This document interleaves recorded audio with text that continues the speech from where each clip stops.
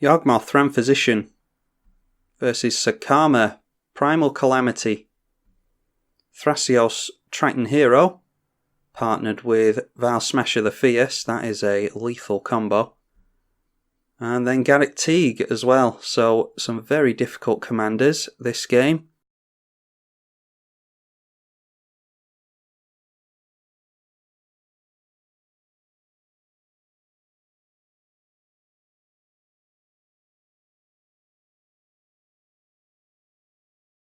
Just started a game with obviously 3 other players, and yeah, I think this player and this player just scooped on turn 0 because there was a Garrick Teague at the table. Yeah, I don't think much of that. Yeah, those are the players that quit. We better decide to mulligan this hand before they quit again. Oh, and into a much worse hand, but maybe we'll get into a land, we'll keep that. We can at least play the expedition map. Yeah, well, this time anyway, it's Yawgmoth Thran Physician up against Zacama Primal Calamity again. Sisay Weatherlight Captain is a new player to the table this time, I think. And then it is Thrasios Triton Hero, and Thrasios is partnered with Vial Smasher the Fierce. Okay, well, there's not really anything I'm going to say to that. That type of mentality is not really something you can argue with. We'll just go in for the expedition map. We have got another land, although it's not black. But it at least makes us able to activate expedition map, probably go for an Urborg with that. Yawgmoth Thran Physician is 4 mana, a 2/4 with pro-humans. Pay 1 life and sack a creature to put a minus counter on a creature and draw a card. And then for black and discard you can proliferate. Zacama Primal Calamity is 9 mana in Naya for a 9/9. It has Vigilance, Reach and Trample. And when it enters the battlefield, if you cast it, then you untap all lands you control. For 3 in red you can Lightning Bolt a creature. In green you can Naturalize. And in white you can gain 3 life. Oh good. We've got a Kataki War's Wage in play. Yeah, don't want to play against Garrick Teague, but we play cards like that. That says a lot about somebody. We'll just have to pay the 1. Already off to a terrible start. But if we can manage to activate the expedition map, which we will be able to next turn, yeah, during our upkeep we'll be able to get Urborg, and then we'll have the Urborg and Cabal coffers online. Sisay Weatherlight Captain is a 3 mana mono white 2/2. It gets +1/+1 for each colour amongst legendary permanents you control. And for Wooburg, you can search your library for a legendary permanent with CMC less than Sisay's power, and it goes straight onto the battlefield. Yeah, it's just funny to me that these players that quit on turn 0 for Garrick Teague, because they obviously, it's a bad matchup for them, are getting into some really good cards. And yeah, it's easy to beat out your opponents when you cherry pick your opponents. Soul Ring and Mana Crypt into a Rashmi, Eternity's Crafter. Thrasios Triton Hero is a Simic commander, 2 mana for a 1/3. For 4 mana you can scry 1 and reveal the top card of your library. Lands go onto the field tapped, and the other cards that are revealed just go straight into your hand. And the Vial Smasher is 3 in Rakdos for a 2/3. Whenever you cast your first spell each turn, choose an opponent at random. And it deals damage equal to the spell's CMC to that player or Planeswalker. Reclamation Sage goes down on the Soul Ring. And then the Kataki War's Wage swings in at Sisay. Let's crack the expedition map in response to the War's Wage trigger. And we will drop an Urborg. Alright, there's an extra planar lens. Not going to be getting that down anytime soon. Putting in a mana to keep the Mana Crypt. And getting down a Bloom Tender. Rashmi going in at the Zacama opponent. No one's really worried about anything we've done thus far. Seen a lot of tunnel vision with Yawgmoth. People just target Yawgmoth straight away without actually seeing anything too scary from him. He is a powerful commander, but But I don't think I would aim really harshly at Yawgmoth just because he's on the table. And that is the Sisay, Weatherlight Captain. This is a really underrated commander. You can do some really good stuff with Sisay. Okay, Zacama, not doing anything. I'm surprised to see no ramp from that player. That's usually what you do with Zacama. Let's get ourselves a Grave Pact here. Metallurgic Summonings. Whenever you cast an instant or sorcery, you get a Construct Artifact token. And they revealed a Kadama's Reach off of the Rashmi there, so they got to cast that. Luckily, the Metallurgic Summonings had not hit play yet, so it didn't see the Kadama's Reach. Alright, Sisay just passing. They've got 7 cards in hand, but they don't have Wooburg, so that's surprising. They're missing red currently. A Tome of the Guild Pact. Whenever you cast a multicoloured spell, draw a card. Yeah, that's not something I'd usually see in Zacama. Now then, we can drop Cabal Coffers, and that'll be 5 mana, and then 6, 7 mana. Yeah, let's just go for Bloodghast and Ogre Slumlord here. And then next turn we can start throwing minus counters around maybe with our commander, and we'll get a Death Touch Rat token every time a creature we control dies. Swarm of Intelligence. Whenever you cast an instant or sorcery, you may copy it and choose new targets. So this is obviously some kind of instants and sorceries deck where they want to be rewarded for casting them. They got into Ophidian Eye, so do they have some kind of obnoxious Ophidian Eye combo? Yeah, that's one of those combos that's really easy to get off, and it's so easy that it doesn't really do anything for me. I know I thought about including it in the Niv Mizzet Perun deck and then thought how boring that would be, so decided not to go for it. Gilded Lotus for Sisay, that puts them onto the red mana they need. So I think we need to keep Sisay out of play now. A Grave Pact should do that for us. Players can only cast spells during their turn. I don't actually mind that, personally. Although we're not seeing a whole lot of counter magic flying around. We may do from this player because they want to cast instants. The Zacama has to put a mana into their Tome of the Guild Pact in order to keep it on the field.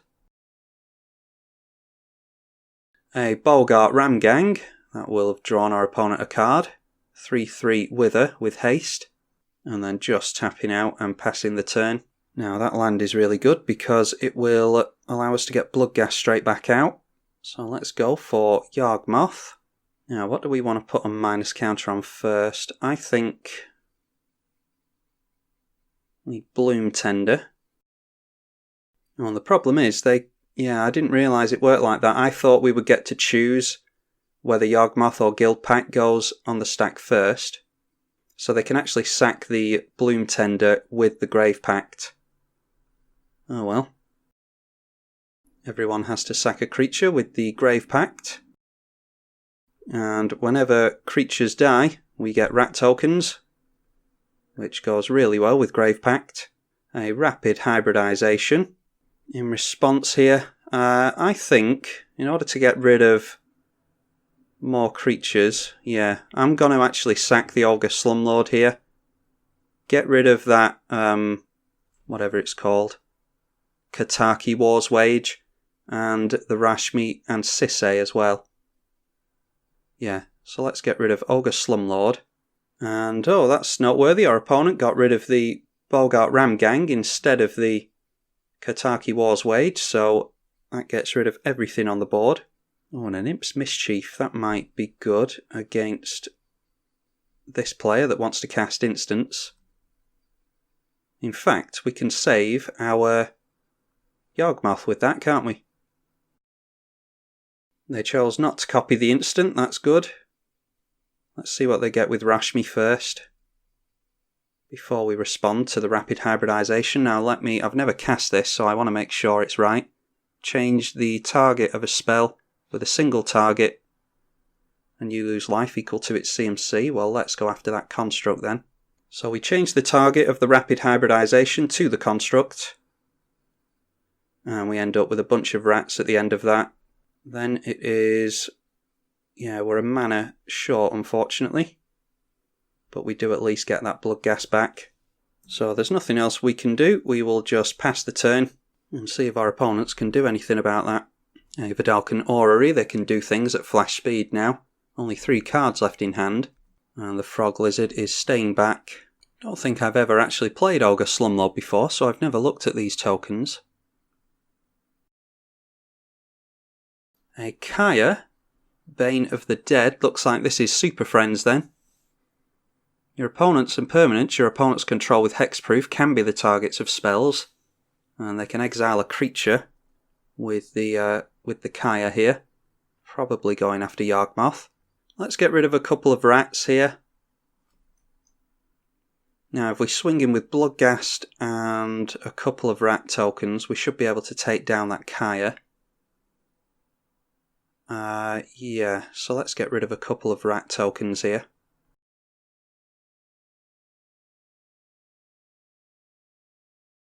Alright, we get into a land for next turn, that's good.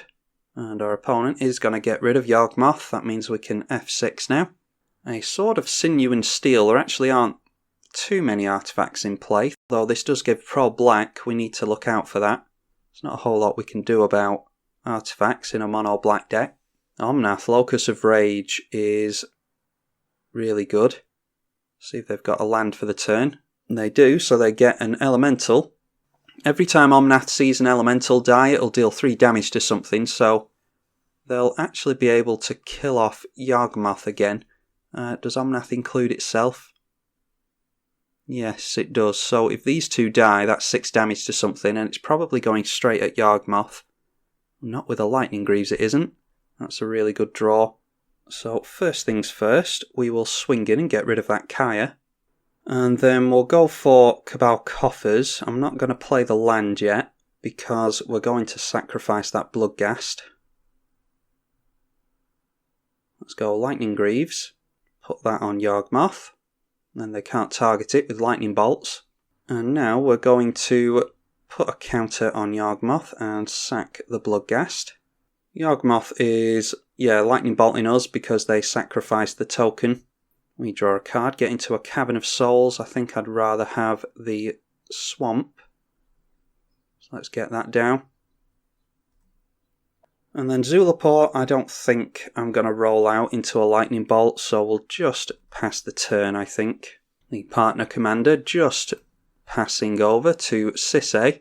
Ashiok, Nightmare Weaver, another Planeswalker from the Sisay player.